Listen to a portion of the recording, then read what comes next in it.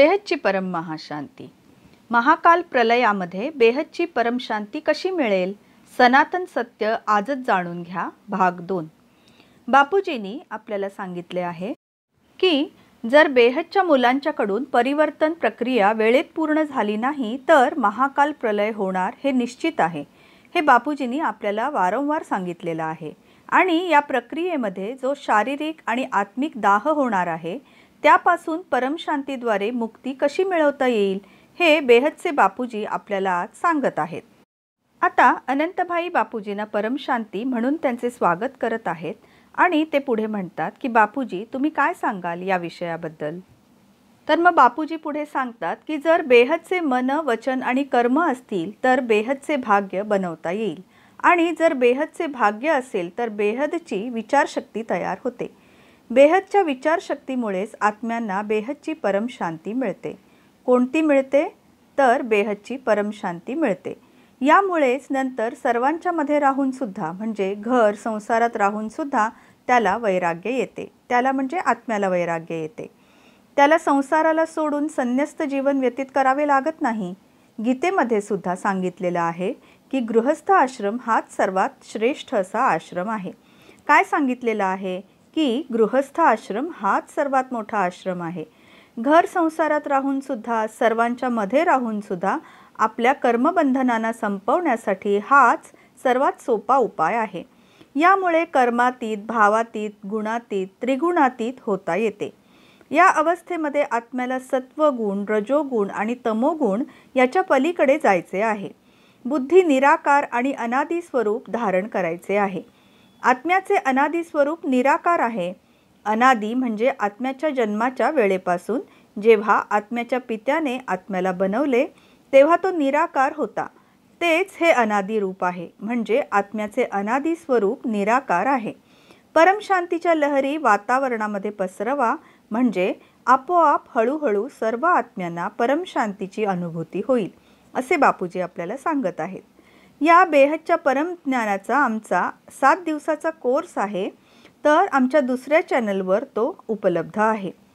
अनंतभाई म्हणतात हो, Paramshanti motivation and meditation नावाने आमचे जे यूट्यूब चॅनल आहे तिथे 10 दिवसाचा कोर्स 1-1 तासाचा तयार केलेला आहे। त्यामध्ये बापूजींनी जेवढे पण ज्ञान दिलेले आहे त्याला एकत्रित करून थोडक्यात जेवढे पण सांगता येईल ते संक्षिप्त रूपात सांगितलेलं आहे। म्हणून बेहदच्या ज्ञानाच्या सुरुवातीला हा कोर्स तुम्ही जरूर करा जेणेकरून बापूजींच्या बेहदच्या ज्ञानाची रूपरेखा तुम्हाला समजेल। बापूजी मगाशी आपण जी चर्चा करत होतो ती आता पुढे नेऊया का? तर बापूजी उत्तरतात हो, या कोर्समध्ये ज्ञानाची रूपरेखा आहे ती खूप समर्पक आहे। त्याने तुम्हाला सखोल अजून ज्ञानाची ओढ लागेल। त्यानंतर आमचे बाकीचे व्हिडिओ तुम्ही पहा। ते पुन्हा पुन्हा पाहिलेत की हे बेहद ज्ञान तुमच्या बुद्धीमध्ये प्रगाढ होईल। हा कोर्स करायच्या आधीच जर तुम्ही व्हिडिओ बघायला गेला तर तुम्हाला काहीसे नीट समजणार नाही। यावर अनंतभाई म्हणतात हो, हे व्हिडिओ परत परत रिपीट मोडवरती ऐकून चिंतन मनन करावे लागेल। यामुळे तुमच्या चेतना किंवा आत्म्यामधील जी नोंद किंवा रेकॉर्डिंग आहे ते जागृत होईल। यानंतर बापूजी आपल्याला सांगतात की बेहद ज्ञान अमृत घेतल्यानंतर तुम्ही ज्ञानी तू आत्मा म्हणजे ज्ञानवान आत्मा होणार आहात। ज्ञानी कुणाला म्हणतात? तर ज्याच्याकडे बेहदचे परमज्ञान असते त्याला ज्ञानी असे म्हणतात। हे बेहदचे परमज्ञान आल्याने तुमच्या आत्म्यामध्ये या स्थूल दुनियेतील वस्तू आणि नात्यांच्या बद्दल वैराग्य येते। तुमची बुद्धी उपराम होऊन जाते।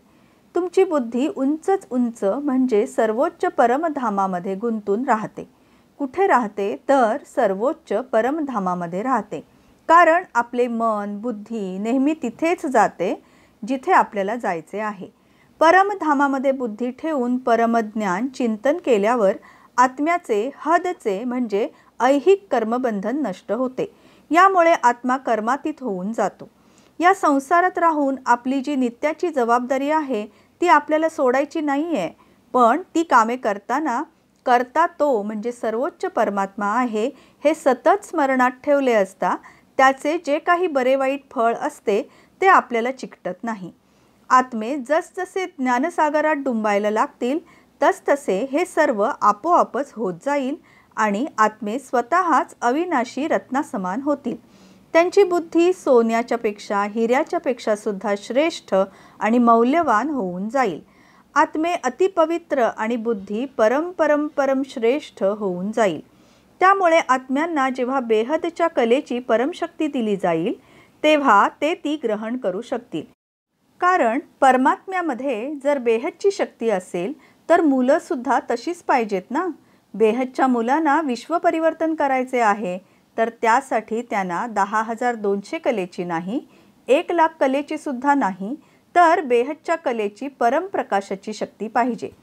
मल्टिवर्सचा निर्माता 100 कलेचे महाशिव आहेत. जर तुम्ही महाशिव यांच्याकडून परमप्रकाशाची शक्ती घेतली तर ती सुद्धा 10 कलेची शक्ती आहे. महाशिव यांच्याकडे 8 ते 12 कलेची शक्ती असते आणि परम महाशिव यांच्याकडे 16 ते 20 कलेची शक्ती असते. हे जे बेहदचे आत्मे आहेत, जसे 9 लाख यांचे उदाहरण आपण बघितले की 9 लाख आत्मे म्हणजे 9 लाख पुरुष आणि 9 लाख प्रकृती म्हणजे स्त्री आत्मे म्हणजेच 18 लाख होतात. असेच 16,000 सुद्धा आहेत, 1,008 सुद्धा आहेत आणि 108 पण आहेत. यांच्यामध्ये काही विशेष श्रेणीचे पण आत्मे आहेत. या सर्वांना बेहदच्या कलेतील शक्ती पाहिजे आहे. त्यांना 10, 20, 50, 100 कलेची शक्ती पुरेशी पडणार नाही, तर त्यांना सर्वाधिक डोस हवा आहे जो बेहदच्या सर्वोच्च परमात्म्याकडे विद्यमान आहे. आणि ही शक्ती घेऊन बेहदच्या आत्म्यांनी आपली बुद्धी त्यानुसार रिफायनिंग करून उंचच उंच परमधामामध्ये जायचे आहे. कारण ज्ञानाच्या आधारेच बुद्धी रिफायनिंग होत असते. जेव्हा बुद्धीमध्ये बेहदचे ज्ञान येते तेव्हा जे होणारे कर्म असतात ते रिफाइंड कर्म म्हणजेच सर्वोच्च श्रेणीचे कर्म मानले जातात. यानंतर हळूहळू त्या आत्म्याचे आभामंडळ बदलते म्हणजे कारण शरीर, महाकारण शरीर, परम महाकारण शरीर बदलते आणि आत्मे व्यक्त अवस्थेतून अव्यक्त अवस्थेमध्ये जातात. जेव्हा महाकाल प्रलय होतो, मी जे सांगितले आहे ना की अतिमहत्वाकांक्षी आत्म्यांच्या हट्टापायी परमाणु बॉम्ब फोडले जातील आणि त्यामध्ये या प्रकृतीमधील 5ही तत्व अतीव दुःखदायी होतील. आजही खरं तर जवळपास अशीच दुःखदायक अवस्था आहे. कारण आज मनुष्य जो काही संकल्प करत आहे त्यानुसार वायुमंडळात बदल होत आहेत आणि त्यानुसारच प्रकृतीमधील घटना घडत आहेत. वायूपासून जलतत्व बनते, जलतत्वापासून पृथ्वी तत्व तयार होते. म्हणजे वायुमंडळ तमोगुणप्रधान आणि खराब झाले आहे ना. सत्ययुगात सत्वगुणाचे प्राधान्य होते आणि वायुमंडळ सुद्धा सात्विक होते. अतिशय आणि अगदी कमी जनसंख्या होती. पण सत्ययुग, त्रेता, द्वापर आणि कलियुग येताच ही जनसंख्या एवढी वाढली आहे जी आज 800 करोड पर्यंत झालेली आहे. आजपासून 219 वर्षांच्या पूर्वी म्हणजेच 1804 साली केवळ 100 करोड जनसंख्या होती. ही केवळ मनुष्यांची संख्या झाली, पण सूक्ष्म जगतातील 3 तत्वातील आत्मे तर अनंत आहेत. त्यामुळेच अंतिम समयी म्हणजे महाकाल प्रलय होताना सर्व आत्मे, मग ते साकारी असोत किंवा आकारी असोत, सर्वच जण त्राहिमाम त्राहिमाम म्हणजे वाचवा वाचवा म्हणून ओरडतील. कारण अर्धप्रलय, प्रलय, कल्पप्रलय, महाकल्पप्रलय आणि महाकाल प्रलय यामध्ये महाशिव महाकाल बनून अनंत कोटी ब्रह्मांड यांना आपल्या रोमारोमामध्ये सामावून घेतात. या प्रक्रियेला जर तुम्ही समजून घेतलेत तर महाकाल प्रलय यामध्ये निर्गुण निराकार महाशिव सूर्यामध्ये प्रवेश करून अनंत कोटी ब्रह्मांडांना महाकालाग्नीद्वारे भस्म करून आपल्या रोमारोमामध्ये सामावून घेतात. याचप्रमाणे ब्रह्मांड म्हणजे solar system, Galaxy, universe, great universe, great great universe, पूर्ण मल्टिवर्सचे सुद्धा याच्या आधी विसर्जन आणि नवीन सृजन झालेले आहे. 2 वेळा विसर्जन होऊन तिसऱ्यांदा हे सृजन झालेले आहे. याचप्रमाणे 100 कलेच्या वरती सुद्धा ब्रह्मांड आहेत. तर 21 पिढीवाला किंवा 2100 कलावाला ब्रह्मांड सुद्धा विसर्जन होऊन पुन्हा सृजन विसर्जन झालेले असेल. जेव्हा जेव्हा अशा प्रकारे गडबड आणि अव्यवस्थित नियोजन केले जाते आणि शक्ती संपून जाते तेव्हा जो प्रत्येक रचनेचा रचनाकार असतो तो रचनेला संपवण्यासाठी महाकाल प्रलय घडवून आणतो. आता अनंत भैया म्हणतात, क्षमा असावी बापूजी, पण मध्येच तुम्हाला थांबवून हा प्रश्न विचारतो आहे. पण समजा परमशांतीच्या लहरी पुरेपूर पसरल्या तर महाकाल प्रलय थांबणार नाही का?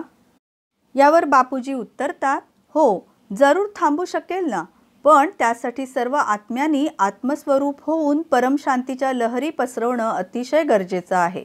जेव्हा आत्मे आत्मस्वरूप होऊन परमपित्याकडून शक्ती घेऊन परमशांतीच्या लहरी पसरवतात तेव्हा त्या अनंतपटीने पसरतात, कारण त्यामध्ये बेहदच्या कलेची परमशक्ती असते. यामुळे आत्म्यांच्या सभोवतालचे आभामंडळ पूर्णपणे बदलून जाते. हळूहळू आत्म्याचे घर परमप्रकाशाचे लाईट हाऊस म्हणजे दीपगृह होऊन जाईल. हळूहळू हे बेहदचे आत्मे जे 5 तत्वांचे शरीरात आणि 3 तत्वांच्या शरीरात, जसे भूत प्रेत जे मंदिरात घराघरांमध्ये बसलेले आहेत, ते पूर्ण वायुमंडळात परमप्रकाशाचे आणि परमतत्वांचे बदल घडवून आणतील. तर सूक्ष्म जगतातील पुण्यवान आत्मेसुद्धा आपल्या आजूबाजूला ज्ञान जाणून घेण्यासाठी कधी देवळात कथा कीर्तन ऐकत असतात, तर कधी यूट्यूबच्या माध्यमातून परमज्ञान सुद्धा ऐकत असतात.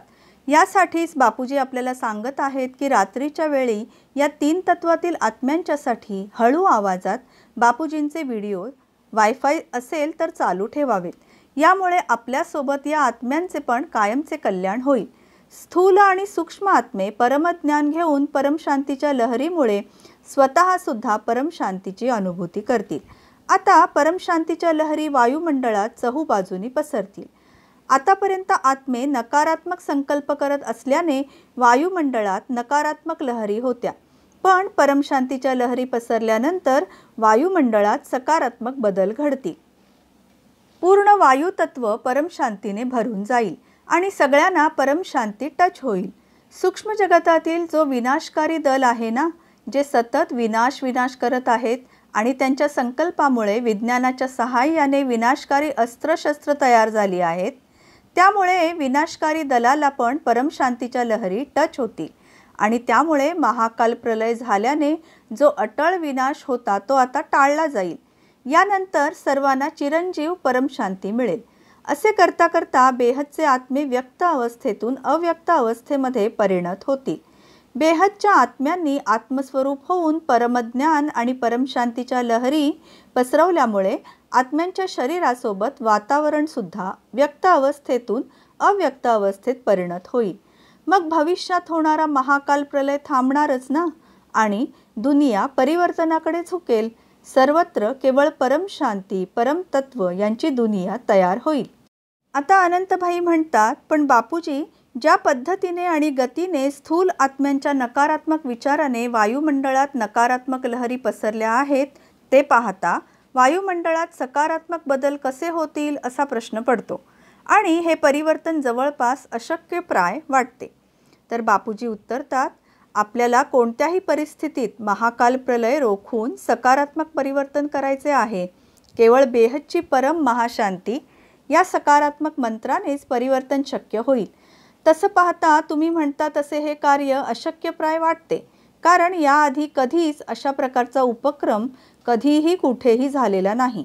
ना 4 युग पूर्ण झाल्यावर अर्धप्रलयानंतर, ना प्रलयानंतर, ना कल्पप्रलयानंतर, ना महाकल्पप्रलयानंतर आणि ना महाकाल प्रलयामध्ये कधी असे सकारात्मक लहरींचा वापर करून परिवर्तन केले गेले आहे.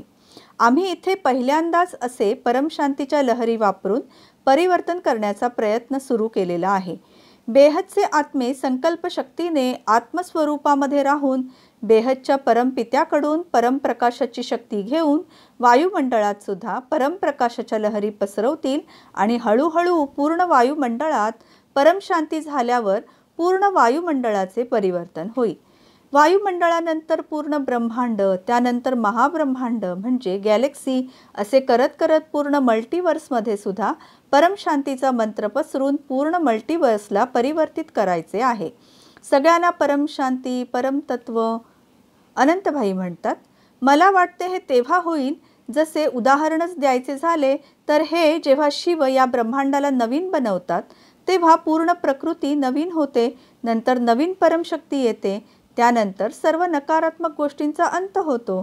आत्ताच्या परिस्थितीत जर अशाच प्रकारे बेहद परमात्मा रेज मारून परमपावर थेट खाली आणतील तर हे परिवर्तन सहज शक्य होईल. बेहद आत्मे आपल्या परीने पूर्ण प्रयत्न तर करतच आहेत, पण परमप्रकाशाची शक्ती तर सर्वोच्च परमात्म्याच उतरवतील ना. सर्वोच्च परमात्म्याला मध्यस्थी तर करावीच लागेल असे मला वाटते, बरोबर ना. तर बापूजी उत्तरतात, असे पहा, निसर्गाचा स्वतःचा असा एक नियम असतो आणि तो नियम कुणी बदलू शकत नाहीत. बेहदच्या विश्वामध्ये जरी परम शक्ती असली तरीही परमात्मा तिथे मध्यस्थी करू शकत नाही.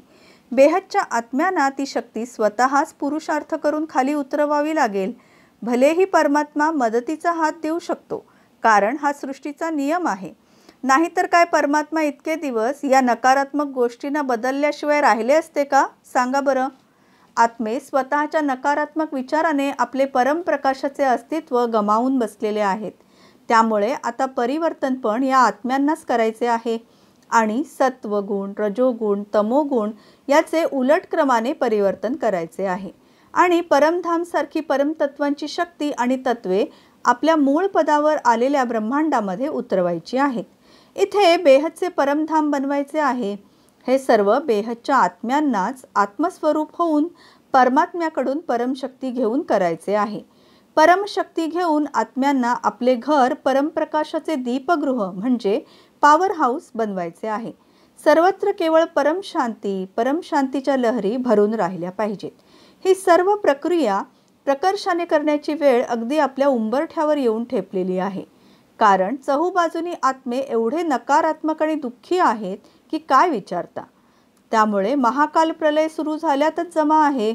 धरतीवर 1000 वेळा विनाश करता येईल एवढे परमाणु बॉम्ब तयार झालेले आहेत आणि हे बॉम्ब फुटल्याशिवाय काही आत्मे जागृत होतील असे वाटत नाही. कारण ज्या 33 कोटी देवी देवता, अनेक धर्मपिता, धर्मगुरू यांच्या भरवशावर धरतीवरील आत्मे बसलेले आहेत ना, ते आणि धर्मगुरू निशक्त, निष्क्रिय झालेले आहेत.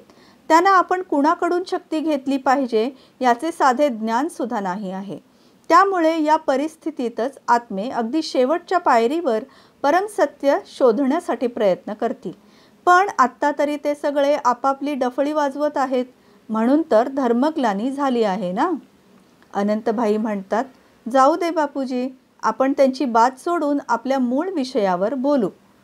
बापूजी म्हणतात, हो, पण धर्मग्लानी कुणामुळे झाली आहे ते तरी बघायला हवे ना. यदा यदा ही धर्मस्य ग्लानिर्भवती भारत म्हटलेच आहे ना. अनंतभाई म्हणतात, तुम्ही खूप व्हिडिओमध्ये सांगितले आहे ना बापूजी की ही जी प्रक्रिया ज्याच्याबद्दल आपण बोलत आहोत, यावर बापूजी म्हणतात, ही जी पूर्ण प्रक्रिया आहे ना, त्यामध्ये आपण महाकाल प्रलय याच्याऐवजी महापरिवर्तन घडवून आणायचे आहे.